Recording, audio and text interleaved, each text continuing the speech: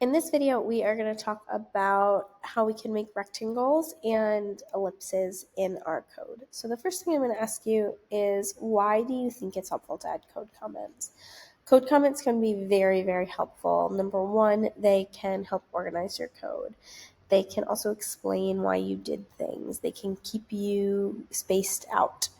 There will come a time when you have something like 50 rectangles on your page, and it's really helpful to know which rectangle it was. So I just want to review very briefly. Create canvas creates a canvas with a width and a height. Background takes in a value, and it goes from 0 being black to white is 255. A point needs an x and a y coordinate like this, and a line needs 2 x's and 2 y's. You can leave comments in your work by putting / and then writing your comment or note.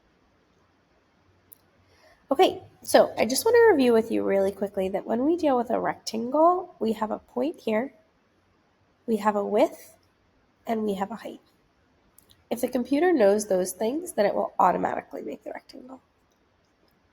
For an ellipse, what it does is it puts a point in the center, and then the width and the height. So I want you to take a second so that you can identify the coordinates, the width and the height of this rectangle and this ellipse.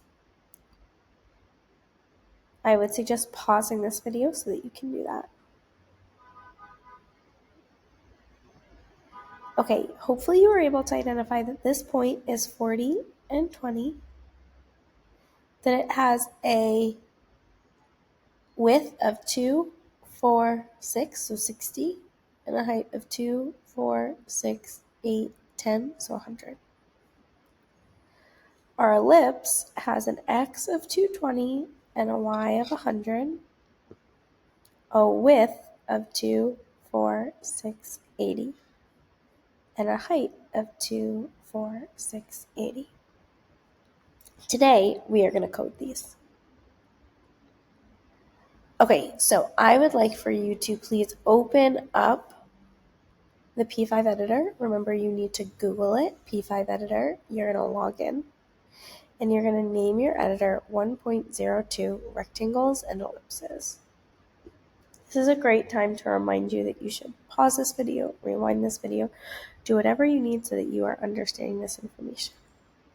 If you were not here when we signed up for the P5 editor, you should go into Google Classroom and look at the video resources that are at the top and figure out how you can set up your P5 editor. There's a very short video on that.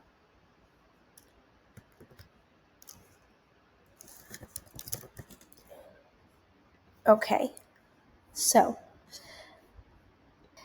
I don't know if you remember, but there are a few things that we said that we were always going to do. We're going to come to our curly brackets by the word draw so we can see where it ends.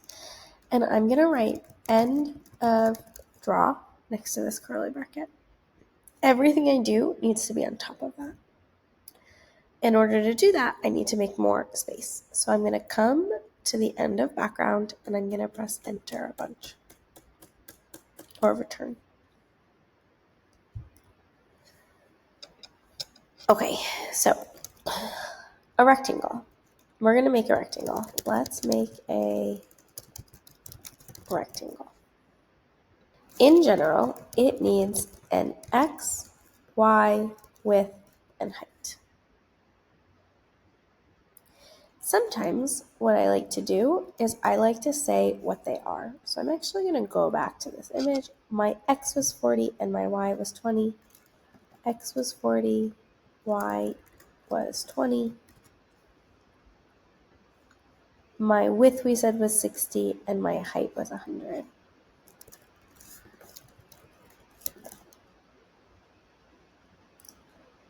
Now, the way we make it, for a line we put line, for a point we put point, point. For a rectangle we actually don't put rectangle, we put rect. And then I'm going to put that x, y, width, and height. So I'm going to put 40, 20, 60, 100, and I'm going to press run.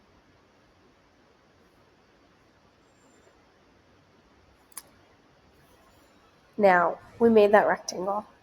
If we look at the rectangle that we were able to make here, you might be saying to yourself, it looks a lot smaller, but please note, in this image I had zoomed in, this only goes to 260, so if I zoom back out, this is what it would look like. And if we look here, there we go, we got it. So next up, we're gonna make our ellipse. So let's make an ellipse. This also needs an X, a Y, a width, and a height.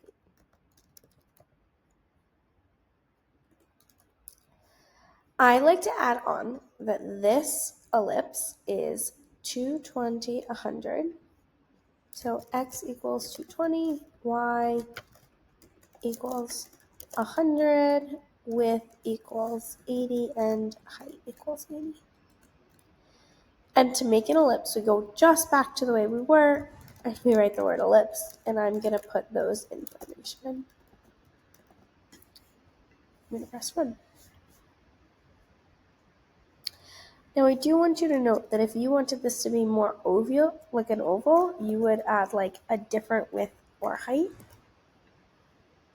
So you can see that one is stretched out more like an oval. The reason it's a perfect circle is because these two numbers are the same. Now, as I mentioned to you, there might come a time that you have so many shapes that it's hard to keep track of them. I would suggest whenever you make a rectangle or you make an ellipse or any shape in general, that you add a comment in line with it that says where it is. This rectangle is on the top left. This ellipse is in the top middle. I think that would be helpful for you. And it looks like we did it. Okay, these are going to be your challenges. Every line of code should have a comment describing what it is, but either way, I would like you to try and make these. Can't wait to see what you can do.